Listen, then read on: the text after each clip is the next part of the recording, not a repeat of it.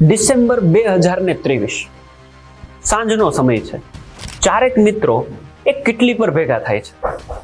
ચા પીતા પીતા નક્કી કરે છે કે 2024માં તો ભોક્કા બોલાવી દેશું. 2024 આવે છે અને ચાલ્યું જાય છે. ડિસેમ્બર 2024 એ જ કિટલી પર સાંજના સમયે ફરીથી ભેગા થાય છે અને હવે નક્કી કરે છે, બોસ 2025માં તો પાક્કું ભૂક્કા બોલાવી દેશું. આ 2025 પણ આવે છે અને ચાલ્યું જાય છે. વાર્તા કાલ્પનિક છે, પણ તમને ને મને, આપણને બધાયને આ લાગુ પડે છે. ભાઈ હવે જાગી જા, 2026 ચાલુ થયું, હજી કેટલું પડ્યો રહેશે? થોડોક તો તૈયારી બતાવો, લાઈફમાં મારે કંઈક કરવું છે. આ 2026ની અંદર 2025 અને 2023 જેવું તો નથી જ રહેવું. આપણે શું કરીએ છીએ ખબર? થોડીક મોટિવેશનલ રીલ જોઈશું, થોડાક મોટિવેટ થઈશું અને 2026ની અંદર કંઈક નવું કરવા માટેનું સાહસ કરશું, કંઈક તૈયારી કરશું. 1 દિવસ, 2 દિવસ, 5 દિવસ, 6 દિવસ, 10 દિવસ આ કામ કરીશું અને પાછા આપણે આપણી રિયલ લાઈફમાં જેવા હતા એવા ને એવા થઈ જઈશું. મતલબ આપણે રિયલમાં કશું જ નહીં કરીએ. આપણી સ્ટોરી બસ આ જ છે. દોસ્ત, જાગવાનો સમય હવે છે. જાગવાનો સમય રિયલમાં છે. તારે દોડવું પડશે, ભાગવું પડશે, મહેનત કરવી પડશે, કાંઈક એવું કરવું પડશે જે 2025, 24 કે 23માં નથી કર્યું. જો જીવનને સફળ બનાવવું હોય તો, અને આ તારું વર્ષ છે, આ તારો સમય છે, આ છે 2026. એઝ અ હ્યુમન બિંગ, તમે, હું અને આપણે બધા જ પ્રોકાસ્ટિનેટર છીએ. હવે આ પ્રોકાસ્ટિનેટર એટલે શું? સાદી ભાષામાં આજનું કામ કાલે કરવાવાળા.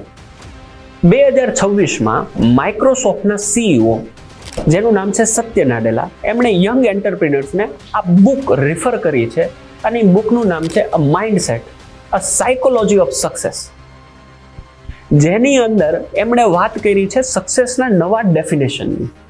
તમે સ્માર્ટ છો, તમે ટેલેન્ટેડ છો, એનો મતલબ તમે સક્સેસ છો. હવે આ ડેફિનેશન નથી. હવે ડેફિનેશન એ છે કે તમે સ્માર્ટ હોય, તમે સક્સેસફુલ હોય, તેમ છતાં તમે તમારી લાઈફમાં, તમારી જાતમાં, તમારા ધંધામાં, તમારા બિઝનેસમાં કેટલું રોજ ઇમ્પ્રૂવ કરો છો. આજના ભાગતા યુગમાં 2 વર્ષ, 3 વર્ષની અંદર આખા બિઝનેસ બદલાઈ જાય છે. એની અંદર તમે તમારા ધંધામાં, બિઝનેસમાં કેટલું ઇમ્પ્રૂવ કરો છો. એક સમય હતો લોકો ફિક્સ માઇન્ડસેટથી ચાલતા હતા. આજનો સમય છે અને એ છે ઇમ્પ્રુવિંગ માઇન્ડસેટ, જેને આપણે બોલીએ છીએ ગ્રોથ માઇન્ડસેટ. અને એ તમારા બિઝનેસમાં, તમારામાં ડેવલપ કરવો જ પડશે. મિત્રો, આ 2026 ચાલે છે. જો તમે વિડીયો અહીંયા સુધી જોયો છે તો તમે તમારા માટે આ જોઈ રહ્યા છો. આ 2026માં જો તમારે 2025 કરતાં કંઈક અલગ કરવું છે, કંઈક પોતાનામાં બદલાવ કરવો છે, તો એ માત્ર મોટિવેશનથી નહીં થાય, ખાલી મારી વાત સાંભળવાથી નહીં થાય, પોતાની જાતમાં બદલાવ લાવવાથી જ થશે.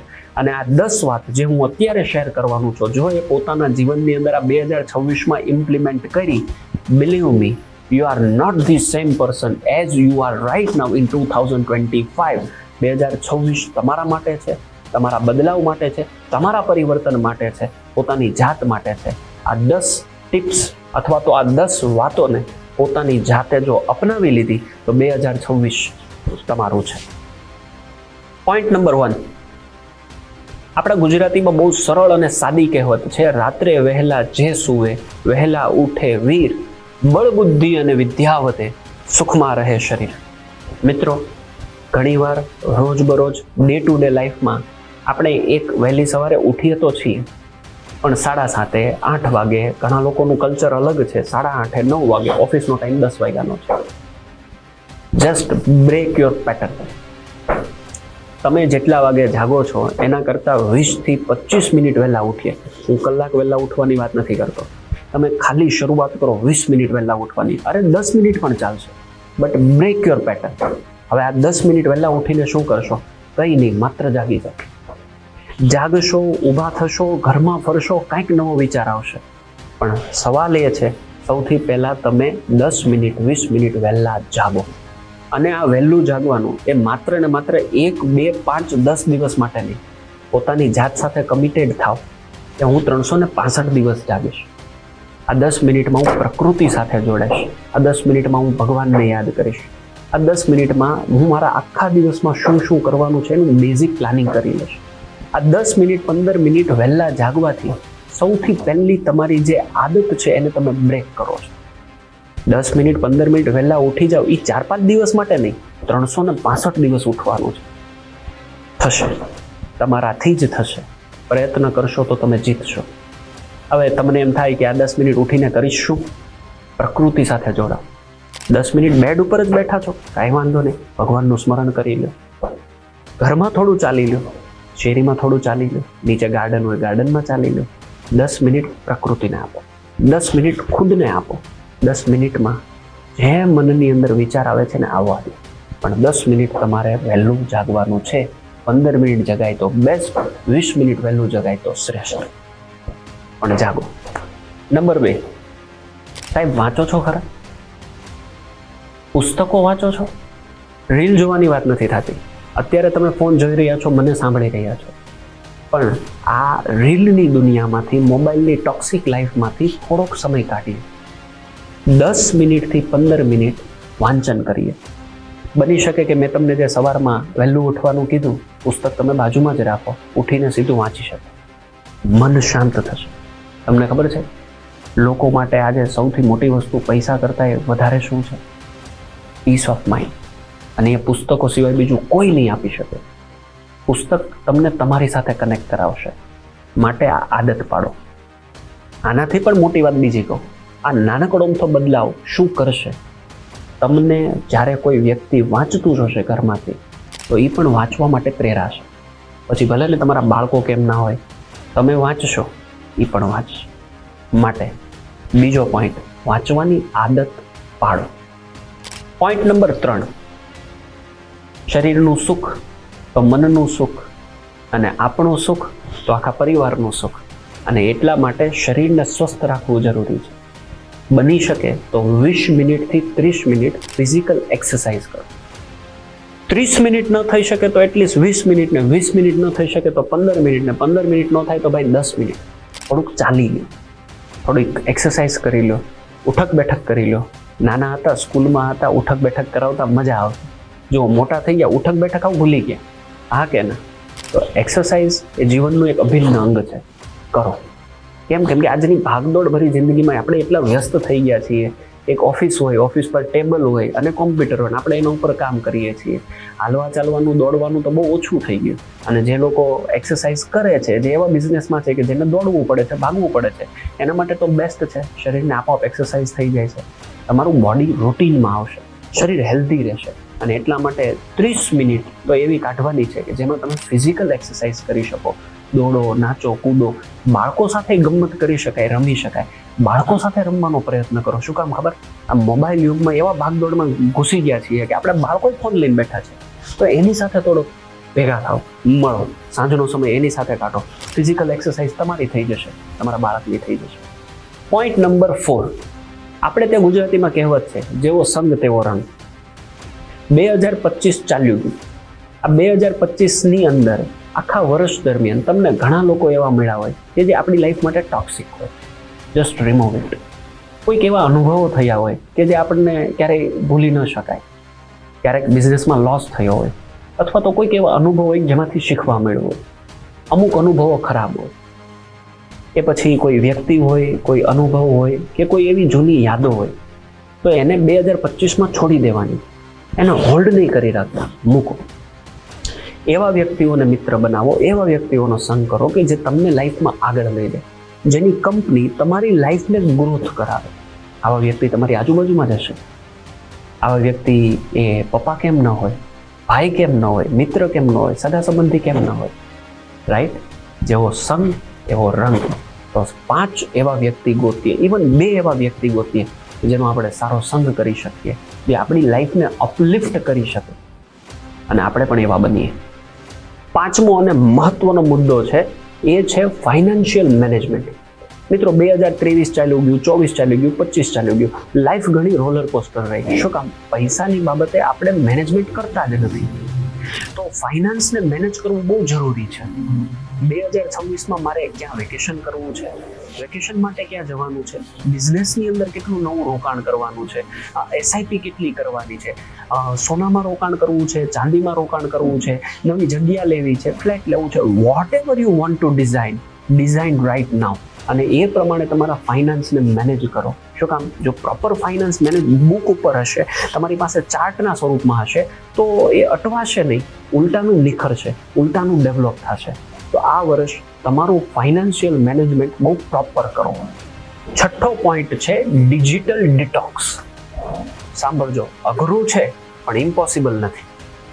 તમારા મોબાઈલને જરા ચેક કરો, સેટિંગની અંદર જાઓ અને એમાં સ્ક્રીન ટાઈમિંગ જુઓ, તો તમને ખ્યાલ આવશે કે મારા મોબાઈલનો સ્ક્રીન ટાઈમ 3 કલાક કરતાં વધારાનો છે.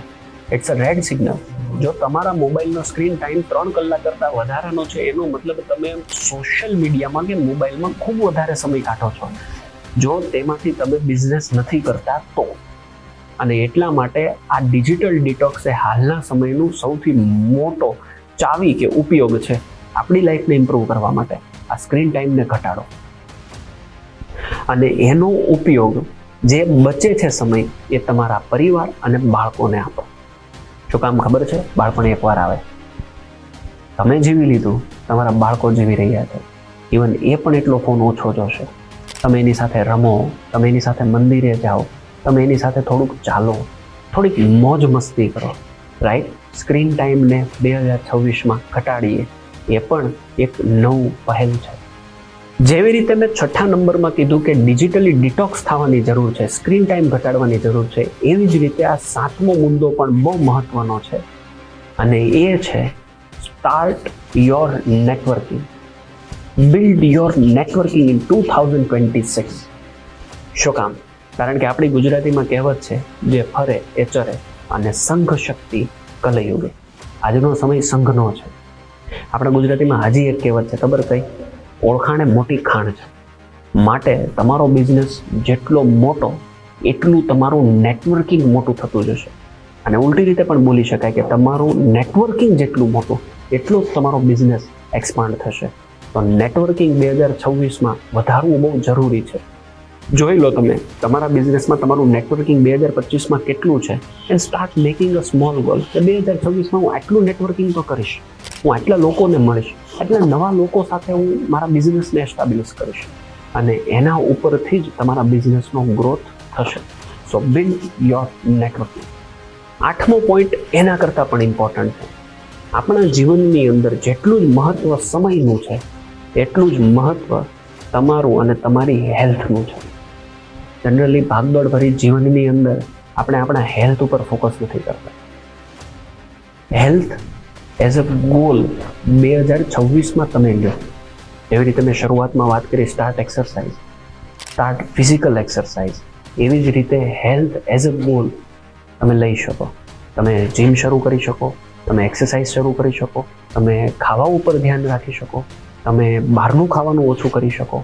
જો તમારે કોઈ મેડિસિન ચાલતી હોય તો 2026માં નક્કી કરો કે મારે હવે મેડિસિન ઓછી કરવી છે, અથવા તો મારે ઓછી મેડિસિન કેવી રીતે લેવી પડે, હું મારા હેલ્થમાં કેવી રીતે સુધારો કરું જેના કારણે મારા શરીરની ઇમ્પેક્ટ બદલે, અથવા તો મારું શરીર વધારે સારું ઇમ્પ્રૂવ થાય ઇન ટર્મ્સ ઓફ હેલ્થ. આ 2026 તમારા માટે છે, તમારી હેલ્થને ઇમ્પ્રૂવ કરવા માટે છે. કારણ કે પહેલું સુખ તે જાતે નરીએ. ખુદ હેલ્ધી તો પરિવાર હેલ્ધી, પરિવાર હેલ્ધી તો સમાજ હેલ્ધી, અને સમાજ હેલ્ધી તો દેશ હેલ્ધી થશે ને થશે. પણ શરૂઆત કોનાથી કરવાની છે? આપણાથી. તમારે બદલવાનું છે. અને 9મા નંબર ઉપર ઇમ્પોર્ટન્ટ વાત છે અને એ છે તમારો બિઝનેસ. 2025માં ચાહે બિઝનેસ જેવો હોય એવો, પણ આ 2026માં હું મારા બિઝનેસને કઈ રીતે નવા પાયદાન પર લઈ જાઉં, કઈ રીતે હું એને અચીવ કરું, કેવી રીતે હું એને નાના નાના સ્ટેપમાં ડિવાઈડ કરું, કેવી રીતે હું માઇક્રો ગોલ્સ બનાવું, માઇક્રો પ્લાનિંગ કરું અને 2025માંથી એને અપલિફ્ટ કરીને 2026ની અંદર બિઝનેસને નવા ગ્રોથની અંદર ઢાળી દઉં. આ બિઝનેસ તમારો છે, વિચારવાનું તમારે છે, ડેવલપ એના માટે તમારે થવાનું છે. કદાચ બની શકે એના માટે નવી સ્કિલ શીખવી પડે, નવા લોકોને મળવું પડે, ઘણીવાર બિઝનેસમાં નવા લોકોને લાવવા પડે. રાઈટ? જોઈ લો, બિઝનેસ તમારો છે, આઈડિયા તમારે લગાવવાના છે. અને એની સાથે સાથે 10મો અને ઇમ્પોર્ટન્ટ પોઈન્ટ છે કે તમારા કમ્ફર્ટ ઝોનને તોડવો પડશે. આપણે લોકો આ બધા જ કામ હું તમને જે કહી રહ્યો છું 2, 5, 10 દિવસ માટે કરીશું, પછી પાછા આપણે આપણા કમ્ફર્ટ ઝોનમાં આવી જશું કે આવા વ્યક્તિ તો આવે અને બોલી જાય. નહીં મિત્રો, હું અહીંયા આવ્યો છું માત્ર તમને કહેવા માટે નહીં, બોલવા માટે નહીં, પણ કંઈક બદલાવ માટે. 10, 12, 15 કે 20 દિવસ જ એવા હોય કે જેની અંદર તમને થોડી ઘણી તકલીફ લાગે, કારણ કે કમ્ફર્ટ ઝોન હતો ને એને તોડવામાં થોડી વાર લાગે. પણ જો તમે આ 15 દિવસ 20 દિવસ તમારી લાઈફમાં ચેન્જ કર્યા, બદલાવ કર્યા, ઇવન મેં આ 10 વાત કીધી એમાંથી એક વાતને પણ તમે જો ચેન્જમાં લઈ લીધી, believe me, you are not same person as in 2025. You are going to be a different one, definitely 100%. તો મિત્રો, આ વર્ષ ચાહે ગમે એવું ગયું હોય, 2025, એના ખરાબ અનુભવોને ભૂલીએ, સારા અનુભવોને યાદ રાખીએ, એમાંથી કંઈક શીખીએ અને 2026 માટે તૈયાર થઈએ. All the best. જય શ્રી કૃષ્ણ, જય હિન્દ, વંદે માતરમ.